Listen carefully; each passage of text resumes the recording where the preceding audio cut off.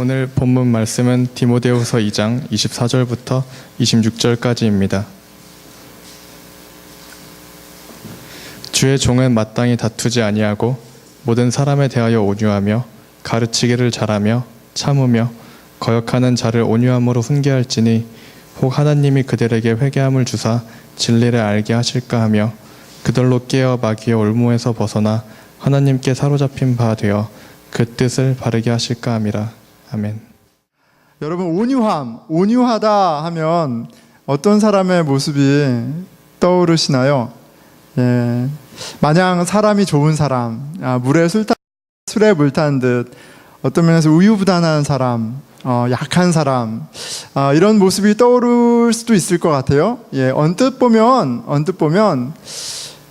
그렇게 보이기 쉽습니다. 하지만 온유한 사람이 꼭 약한 사람은 아닙니다. 오히려 우리 기독교 신앙에서는 하나님의 그 온전하심을 담아내는 가장 아름다운 성품 중에 하나가 바로 이 온유함입니다. 예, 온유함. 제가 오늘 굉장히 온유하게 말을 막 하고 있는 것 같아요. 예, 의식하고 있는지 모르겠네요. 예, 근데 이 온유함이 굉장히 중요해요. 자, 온유함이라는 단어를 쳐보니까 이런 그림이 나옵니다. 예, 그림 한번 보여주시겠어요? 예, 사자가 나오는데, 사자만 나오나요? 예, 다음 그림 하나 보여주십시오. 자, 사자가 있는데, 양을 안고 있죠. 양이랑 사이좋게 있어요. 양하고 같이 잘 있는 이 사자의 모습, 이게 이제 온유함이라고 우리가 생각할 수 있죠. 사자의 야성이 갖는 아름다움, 그 이상의 아름다움이 저 온유함 가운데 있습니다. 이것이 바로 세상에 없는 거룩함이죠. 세상은 양육강식이잖아요. 강한 사람이 약한 사람을 컨트롤하고 이용하고 사용하는 게 너무나도 당연한 세상이에요. 그런데 이 세상의 원리와 다른 원리, 그 거룩함이 이 온유함 가운데 발견됩니다. 세상에 없는 거룩함이요, 하나님 앞에 의로운 자의 모습, 예수 그리스도의 모습이고, 예수 그리스도 안에서 우리를 향해 갖고 계신 하나님의 뜻입니다. 하나님 아버지께서 우리에게 원하시는 것이 있어요. 원하시는 것이 있어요. 예수님께서 말씀하십니다. 마태복음 5장 48절이에요. 그러므로 하늘에 계신 너희 아버지의 온전하심과 같이 너희도 온전하라. Therefore you must be perfect as your heavenly Father is perfect. 하나님 아버지는 당신의 자녀들에 대해 당신의 기준을 한 번도 낮추신 적이 없습니다. 하나님의 온전하심 같이 온전하라고 must be perfect 이라고 명령하고 계세요. 여러분, 우리는 어떻습니까? 온전한가요? 퍼펙트한가요? 온전하다는 것이 무엇일까요? 하나님 아버지가 우리 가운데 이루시기 원하는 것이 이 온전함이라고 하면 우리 잘 알아야 될 거 아니에요? 이 온전함이 무엇일까요? 더군다나 하늘에 계신 아버지와 같이 온전하다는 것은 무엇일까요? 오늘 말씀을 통해 이 온전함을 이루는 길, 이것이 우리가 가야 할 길이고 바로 온유함의 모습이라는 것을 깨닫는 은혜가 있기를 축원합니다. 자, 오늘 본문이죠. 디모데후서 24절입니다. 2장 24절. 주의 종은 마땅히 다투지 아니하고 모든 사람에 대하여 온유하며 가르치기를 잘하고 참으며. 25절. 거역하는 자를 온유함으로 훈계할지니. 자, 주의 종은 1차적으로 주의 종은 여기서 하나님의 일꾼이 되겠죠. 목사나 사역자들을 이야기할 거예요. 하나님의 일꾼에게 주어진 가장 중요한 임무를 생각할 때 여러분 무엇을 떠올립니까? 말씀 사역, 복음을 잘 전하는 것, 가르치는 것을 우리가 떠올립니다. 중요하죠. 그런데 오늘 본문은 말씀을 전하는 것만큼이나 중요한 것이 있다는 것을 우리한테 가르쳐줘요. 그건 뭐냐면 바로 복음에 합당한 성품이에요. 이 원리는 교회 리더들에게만 국한된 것이 아닙니다. 하나님 아버지가 갖고 계신 당신 자녀에 대한 기대는 교회에서의 직분자에게 국한되지 않죠. 하나님은 우리 모두 예수 그리스도 안에서 예수님의 장성한 분량에까지 자라기를 원하세요. 그 지혜와 성품에 있어서 예수님과 같이 되기를 원하십니다. 그리고 이것이 주의 종들을 세우신 목적이에요. 바로 성도들을 온전하게 하는 것, 이것이 하나님의 뜻이에요. 자, 하나님께서 당신의 일꾼들을 이것을 위해서 세우셨습니다. 에베소서 4장 11절이죠.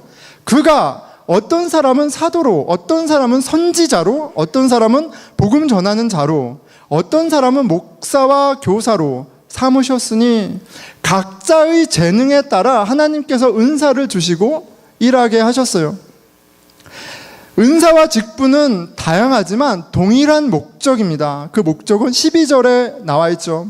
그리스도의 몸을 세우려 함이라. 직분을 주시고 은사를 주신 것은 한 가지 목적을 위해서 주신 거예요. 그리스도의 몸을 세우기 위함이에요. 자, 그런데 그리스도의 몸을 세우는 것이 막연한 것이 아니라 일꾼들이 하는 두 가지 구체적인 것이 있는데 뭐냐면 성도로 하여금 온전케 하여 봉사의 일을 하게 함으로 그리스도의 몸을 세운다, 이렇게 얘기합니다. 자, 여기에서 빙점은 봉사의 일 이전에 있는 성도를 온전하게 하며, 이 부분이에요. 교회는, 공동체는, 사람이 모인 곳은 일이 있습니다. 일할 사람이 필요하죠. 하지만 봉사의 일보다 항상 우선되는 것은 온전한 성도가 되는 길로 가고 있느냐예요. 봉사의 일보다 항상 우선되는 것은 온전한 성도가 되는 것입니다. 봉사의 일이 우리를 온전하게 하는데 도움이 되기도 하지만 어떤 때는 방해가 될 수 있다는 것을 항상 기억해야 돼요. 더군다나 하나님은 우리를 일시키려고 구원하신 게 아니에요. 우리를 당신처럼 온전하게 하시려고 구원하신 거예요. 주의 성품이 주의 사역보다 우선된다는 원리는 디모데후서, 우리가 지금 묵상하고 있는 디모데후서 말씀 가운데 하나님의 집에 쓰이는 그릇의 조건과 이 비유와 같은 맥락에 있습니다. 디모데후서 2장 20절이죠. 큰 집에는 아버지의 집을 말씀하시는 거예요. 금그릇과 은그릇뿐 아니라 나무그릇과 질그릇도 있어 귀하게 쓰이는 것도 있고 천하게 쓰는 것도 있나니. 21절, 그러므로 누구든지 이런 것에서 자기를 깨끗하게 하면 귀히 쓰는 그릇이 되어 거룩하고 주인의 쓰심에 합당하며 모든 선한 일에 준비함이 되리라. 하나님이 일하시는데 사용되는 그릇의 자격 요건은 다른 무엇보다도 그릇의 깨끗함이에요. 은사가 있다는 것 자체가 악한 것은 아니죠. 하지만 그것이 주의 일을 하는데 사용되는데 가장 중요한 조건은 아닙니다. 어떤 은사가 있느냐보다도 중요한 것은 깨끗한 그릇이냐는 거예요. 그에게 봉사의 일을 할 만한 온전함이 있느냐는 겁니다. 온전하지 않다면, 그릇이 깨끗하지 않다면 그것이 세상에서 보기에 얼마나 화려하고 아름답고 쓸모있는 그릇이냐와 상관없이 하나님께서 쓰지 않으세요. 아무리 다이아몬드가 덕지덕지 붙여있는 비싼 그릇이어도 하나님 쓰지 않습니다. 하물며 하나님도 쓰시지 않는데 교회에서 쓸 수 없죠. 우리가 쓸 수 없죠. 봉사의 일을 할 수 없죠. 하나님은 깨끗한 그릇을 사용하십니다. 하나님은 주의 일꾼들을 통해 성도를 온전하게 깨끗하게 하세요. 12절, 이는 성도를 온전하게 하여 봉사의 일을 하게 하며 그리스도의 몸을 세우려 하심이라. 깨끗한 그릇이 사용될 때, 온전한 마음으로 봉사의 일을 할 때 그리스도의 몸이 세워집니다. 온전한 마음이 아니면 아무리 헌신을 하고 실력이 있어도 그리스도의 몸이 세워지지 않습니다. 결국은 자기의 자랑이 되고 자기의 의가 되고 교회 안에 파벌이 되고 결국은 교회를 찢는 데뿐이 찢는 결과만 나올 뿐이에요. 우리가 함께 그리스도의 몸으로 세워지는 것을 이렇게 이어서 설명하십니다. 13절이죠. 우리가 다 하나님의 아들을 믿는 것과 아는 일에 하나가 되어 온전한 사람을 이루어 그리스도의 장성한 분량이 충만한 데까지 이르리니. 성도를 온전하게 하여 봉사의 일을 하게 하는데 그게 결국 하는 것은 우리 모두를 그리스도의 장성한 분량, 온전함에 이르게 하는 데 있다고 얘기하세요. 이 온전함이 얼마나 중요합니까? 하나님이 원하시는 바예요. 교회를 이 땅 가운데 세우신 목적이기도 하고요. 우리로 일하게 하시는 목적이기도 하고요. 우리를 구원하시는 목적이기도 하세요. 하나님을 아는 것과 온전한 사람이 되는 것이 나뉘어지지 않습니다. 하나님을 아는 믿음, 그 열매로 온전한 성품이 나타난다 이렇게 얘기하세요. 그렇게 우리는 함께 그리스도의 장성한 분량, 충만한 데까지 공동체적으로 이루어가는 거예요. 이 온전함의 길 이루어가는 거죠. 그리고 이것이 바로 온유함에 이르는 길이기도 합니다. 디모데후서 24절이에요. 주의 종은 마땅히 다투지 아니하고 모든 사람에 대하여 온유하며 가르치기를 잘하며 참으며. 주의 종은 하나님의 말씀을 가르치는 것으로 충분하지 않습니다. 가르치기를 잘하며, 이 가르침에 대해서는 한 번 말씀하시고요. 다투지 아니하고 온유하며 참으며 성품에 대해서는 3번에 걸쳐 언급하고 계세요. 가르치는 기술과 능력만큼이나 그 지식만큼이나 아니 그 이상으로 복음에 합당한 온전한 성품을 갖고 있어야 한다는 말씀이에요. 25절 거역하는 자를 온유함으로 훈계할지니. 그 온전한 성품의 가장 큰 특징은 바로 온유함입니다. 온유함으로 가르치고 훈계할 때 하나님이 일하실 수도 있다고 말씀하세요. 혹 하나님이 그들에게 회개함을 주사 진리를 알게 하실까 하며 그들로 깨어 마귀의 올무에서 벗어나 하나님께 사로잡힌 바 되어 그 뜻을 따르게 하실까 함이라. 너희가 온유함 가운데 살아갈 때, 온유함 가운데 복음을 전할 때, 그 온유함으로 말미암아, 온유함 가운데 가르침으로 말미암아 누군가가 하나님의 은혜로 회개하는 일이 있다. 누군가에게 마귀의 올무로부터 자유함되는 일이 있다. 누군가에게 하나님의 은혜에 매이는 신비가 있다라고 말씀하고 계세요.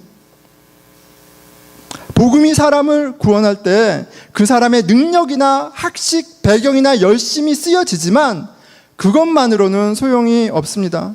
그것은 금그릇이나 은그릇이나 이야기예요. 한 가지 복음의 역사를 위해 반드시 필요한 조건이 있습니다. 깨끗한 그릇을 쓰신다는 거예요. 온전한 사람, 온유한 사람을 사용하십니다. 나무 그릇이어도 깨진 그릇이어도 하나님은 온유한 사람을 통해 일하십니다. 우리 공동체가 우리 젊은 청년들도 많고 다양한 사람들이 모여 있는데 이 세상에서 보란듯이 잘 살고 잘 먹고 높은 지에 올라가는 것을 추구하고 바라는 것이 아니라 설령 깨어지고 부서지고 연약하고 실패한 사람들 그 인생들이 모여 있다 할지라도 우리가 추구해야 할 것은 높아지는 길이 아니라 낮아지는 길, 예수님이 가신 길, 우리로 온전하게 하시는 온유함이라는 것을 항상 기억하는 공동체가 되기를 축원합니다. 이 온유함이라는 것은 자기의 존재가 하나님으로 말미암은 것을 깨닫는 겸허함이에요. 그렇기 때문에 나오는 다른 사람에 대한 친절함이 이 온유함입니다. 원래 히브리어 뜻은 가난한, 비천한, 비참한이란 의미예요. 왜냐하면 이것이 한 상태인데, 스테이러스인데 노예 상태를 가리키는 말이기 때문에 그래요.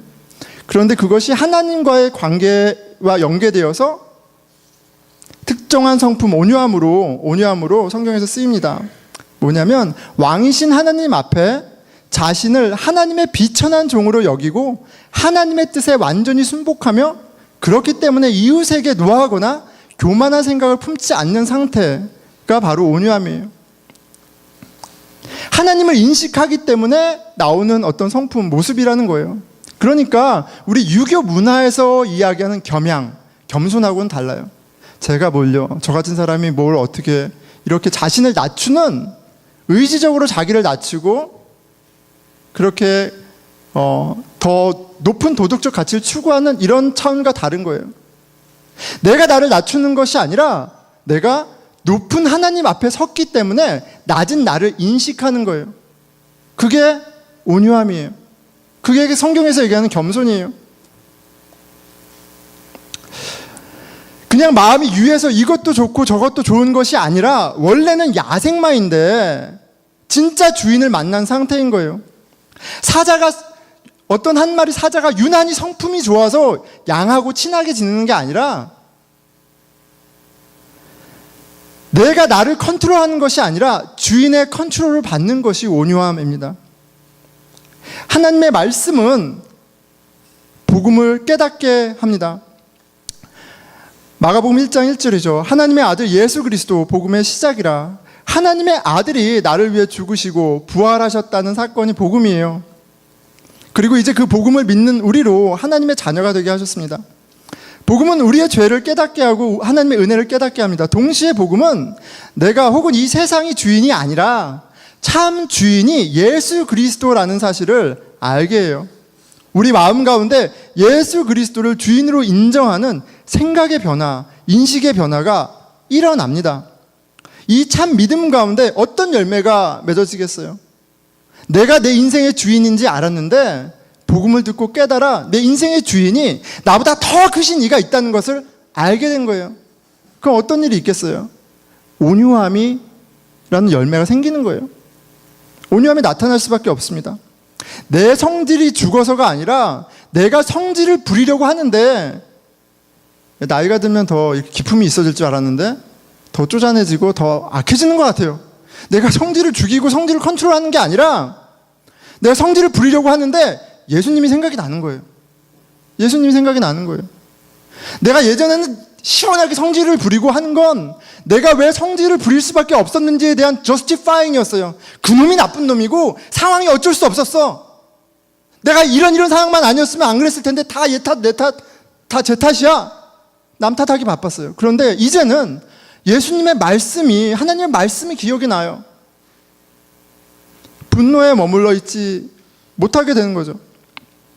온유함이란 내 존재가 하나님으로부터 말미암은 것임을, 내 존재 이상의 크신 하나님이 있다는 것을 알기에 갖는 겸허함이에요.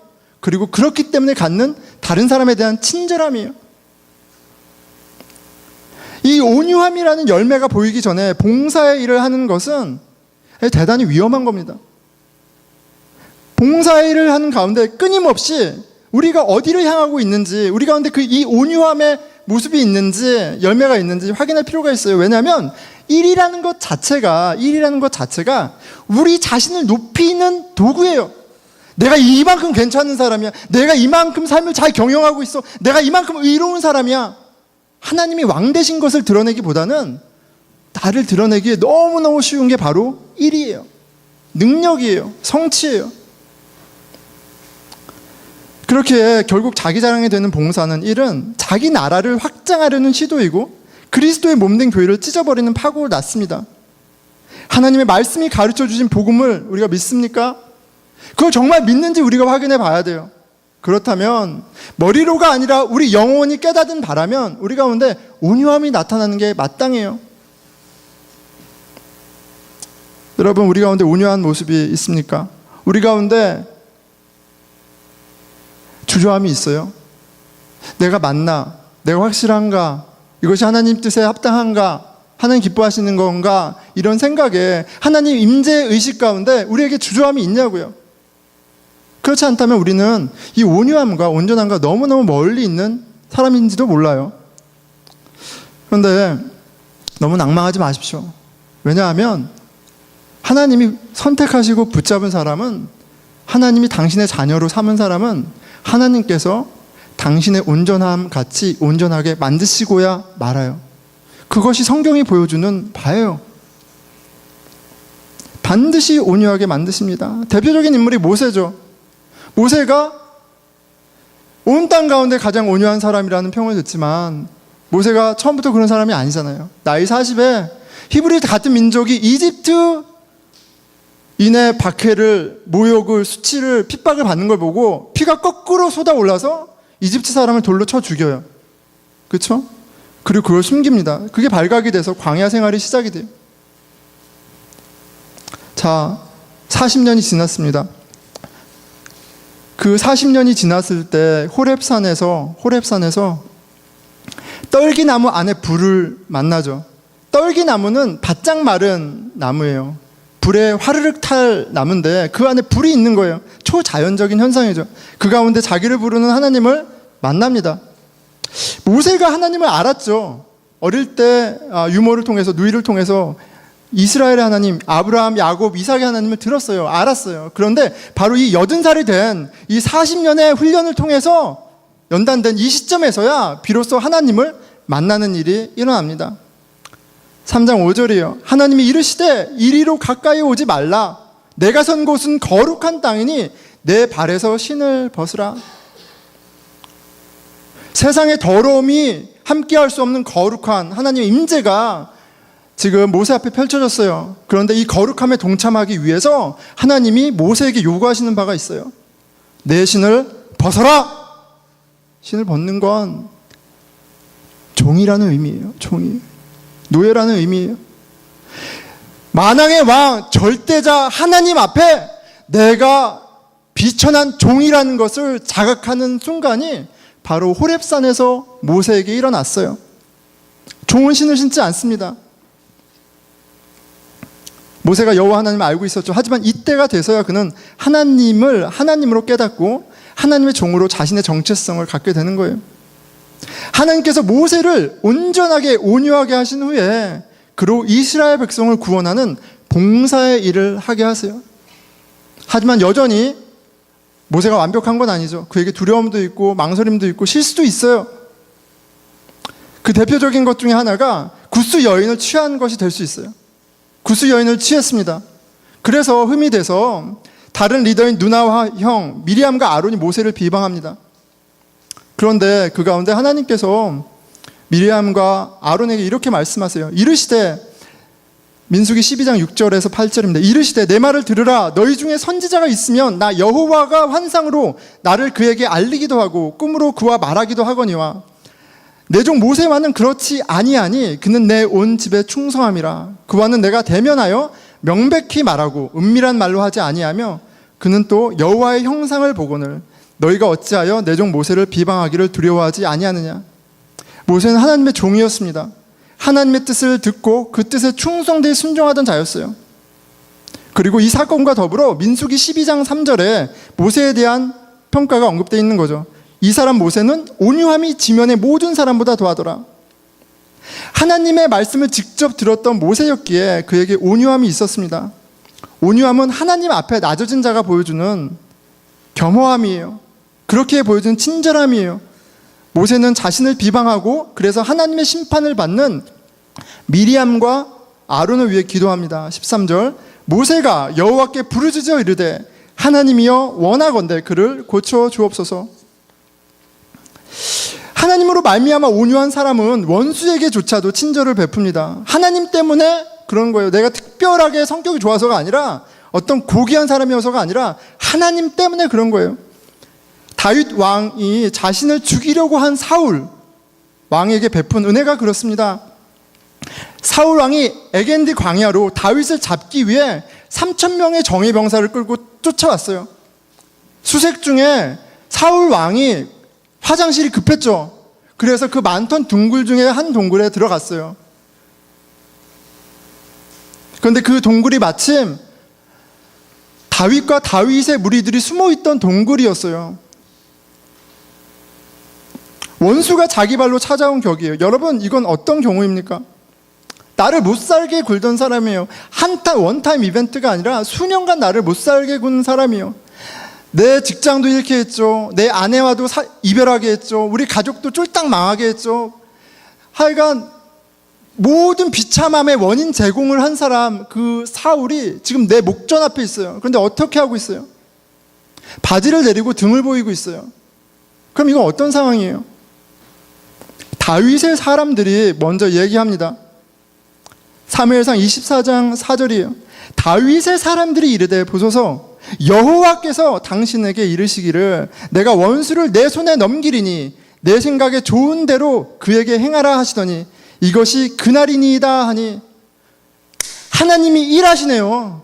하나님께서 우리의 약함에도 불구하고 우리의 능력이 되셔서 원수를 이기게 하신다고 하더니 지금 당신에게 이 기회를 주고 계십니다. 이렇게 얘기를 하고 있어요. 얼마나 신앙적인 명분이 있는 상황이에요. 그런데 다윗은 사무엘의 뒤통수를 치지 않습니다. 다른 선택을 해요. 다윗이 일어나서 사울 겉옷자락을 가만히 베니라. 뒤로 살금살금 가서 겉옷자락을 살짝 베었어요.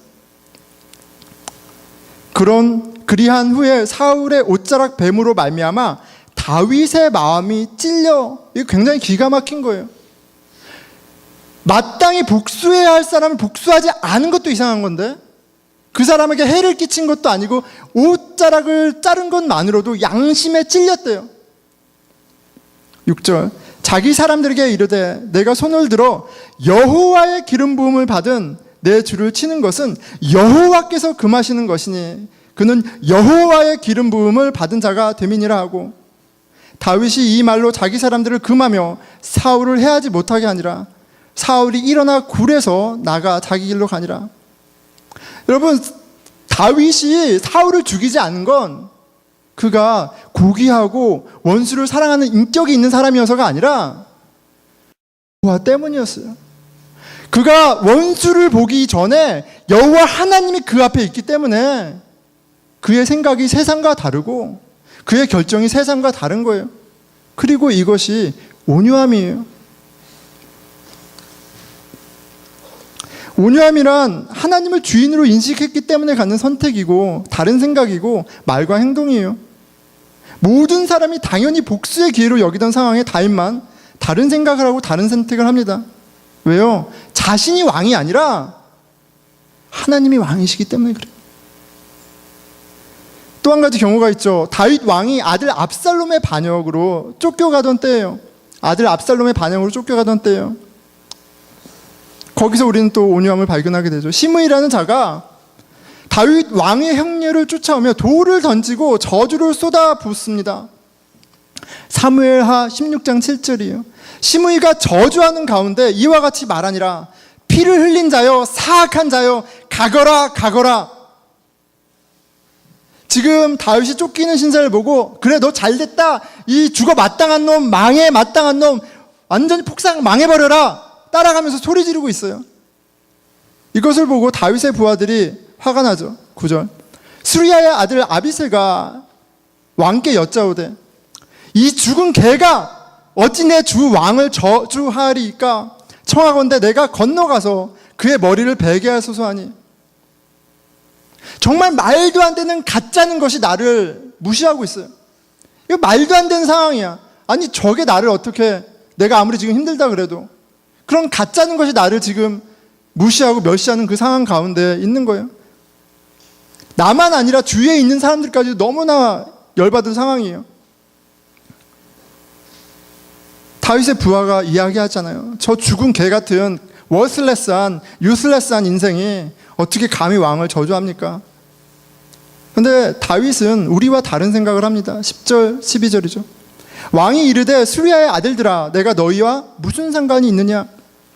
그가 저주하는 것은 여호와께서 그에게 다윗을 저주하라 하심이니 내가 어찌 그리하였느냐 할 자가 누구겠냐 하고, 혹시 여호와께서 나의 원통함을 감찰하시리니 오늘 그 저주 때문에 여호와께서 선으로 내게 갚아주시리라 하고, 표면적으로는 다윗은 원수에게 원수를 갚지 않죠. 하지만 그가 자비를 베푼 동기는 하나님이 주인이시라는 사실이에요. 자신을 저주하는 시므이에게 보여준 친절은, 은혜는 하나님으로부터 오는 온유함입니다. 하나님은 온유한 사람을 통해서 일하세요. 우리의 구원자 예수 그리스도가 다른 사람이 아니라 다윗 왕의 혈통으로 오시는 것이 이상하지 않아요? 하나님께서 저와 여러분에게 온전함을 명령하십니다. 마태복음 5장 48절이죠. 그러므로 하늘에 계신 너희 아버지의 온전하심과 같이 너희도 온전하라. 그런데 이 구절은 그 유명한 원수를 사랑하라 하신 말씀의 결론에 해당하는 말씀이에요. 제가 읽어드릴게요. 또 내 이웃을, 43절로부터 47절입니다. 또 내 이웃을 사랑하고 내 원수를 미워하라 하였다는 것을 너희가 들었으나 나는 너희에게 이르노니 너희 원수를 사랑하며 너희를 박해하는 자를 위하여 기도하라. 이같이 한즉 하늘에 계신 너희 아버지의 아들이 되리니 이는 하나님이 그 해를 악인과 선인에게 비추시며 비를 의로운 자와 불의한 자에게 내려주심이라. 너희가 너희를 사랑하는 자를 사랑하면 무슨 상이 있으려니와 세리도 이와 같이 아니하느냐. 예, 하나님 모르는 사람의 대표죠, 세리는. 또 너희가 너희 형제에게만 무난하면 남보다 더하는 것이 무엇이냐. 이방인들도 이같이 아니하느냐. 이방인도 하나님을 모르는 사람이죠. 근데 너희가 하나님을 안다면 하나님이 악인에게도 해를 비추시고 악인에게도 비를 주시는 은혜로운 아버지라는 걸 안다면, 그걸 안다면 아버지 때문에 악인에게도 은혜를 베푸는 것이 맞다라고 얘기하시는 거예요. 그리고 48절, 그러므로 하늘에 계신 너희 아버지의 온전하심 같이 너희도 온전하라. 이 온전하심은, 이 온유함은 우리가 마음 먹고 열심히 해서 되는 것이 아니라 하나님을 깨닫는, 하나님이 누구신지 아는 깨달음, 지식으로부터 오는 것이에요. 여러분, 이 약물과 한번 원수를 사랑하려고 해보세요. 됩니까? 성격만 더 이상해지죠.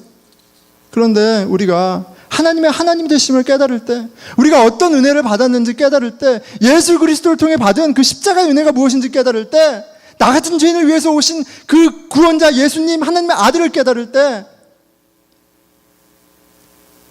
깨달았기에 우리가 온유함으로 나아가는 거예요.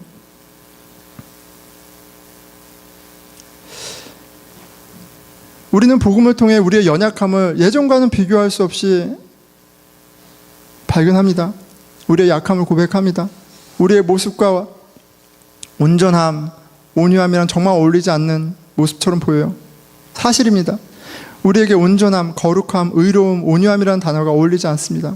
그런데 이것이 사실인 것처럼 온전치 못하고 더럽고 불의하고 괴팍한 우리를 위해 예수 그리스도가 오셨다는 사실 또한 진리입니다. 이 복음이 우리 안에서 응하여질 때 복음의 능력, 성령의 능력으로 우리가 온전하여지는 거예요. 말씀 맺겠습니다. 하나님 아버지께서 우리에게 온전함을 명령하세요. 하나님의 기준은 한 번도 낮아진 적이 없어요.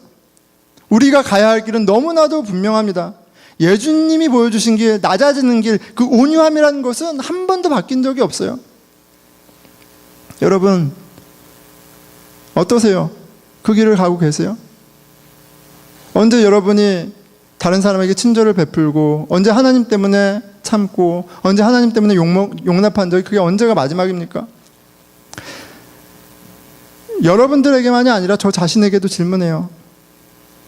그런데 확인하게 되는 것은 애당초에 우리에게 애당초에 온유함과 온전함 이런 게 전혀 없다는 거죠. 삶의 무게가 쉽지 않습니다. 퍽퍽하고 팍팍하죠. 몸이 힘들면 원수는 둘째치고 내가 사랑해야 할 사람에게도 말이 곱게 나가지가 않아요. 그게 우리의 연약함이에요. 그냥 일하고 집에 들어왔는데 어느 순간 제 딸에게 소리 지르고 있는 모습을 보면서 화들짝 놀라는 게 그게 제 모습인 거예요.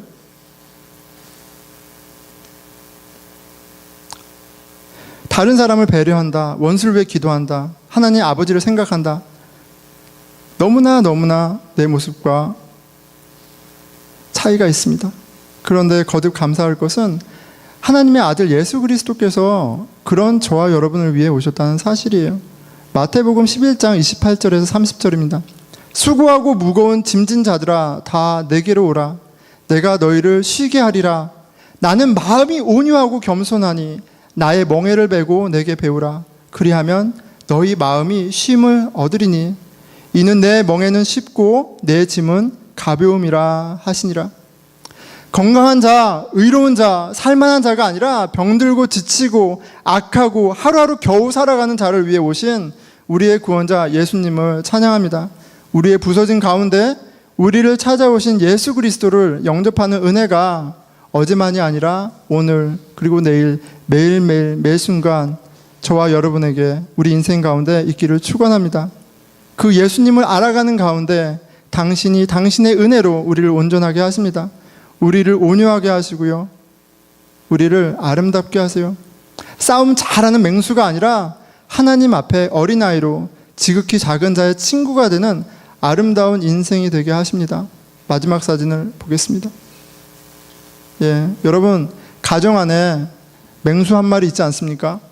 그게 때로는 내 모습일 수도 있고 우리 엄마 모습, 우리 아빠 모습, 아니면 친구 모습, 우리 가운데 사람 얼굴만 하고 있지 맹수들이 득실득실 거리지 않습니까? 해결책은 하나뿐이 없어요. 진정한 왕이신 평강의 왕 예수 그리스도를 만나는 거예요. 예수님을 만나는 것이 얼마나 중요한 것인지, 우리가 온전함을 추구하는 것이, 이 온유함을 입는 것이 우리 삶 가운데 얼마나 귀한 것인지 여러분 다시 한번 깨닫고 간절히 구하는 그 마음으로 신앙생활하고 기도하고 예배드리고 말씀 묵상하는 저와 여러분이 되기를 축원합니다. 기도하겠습니다.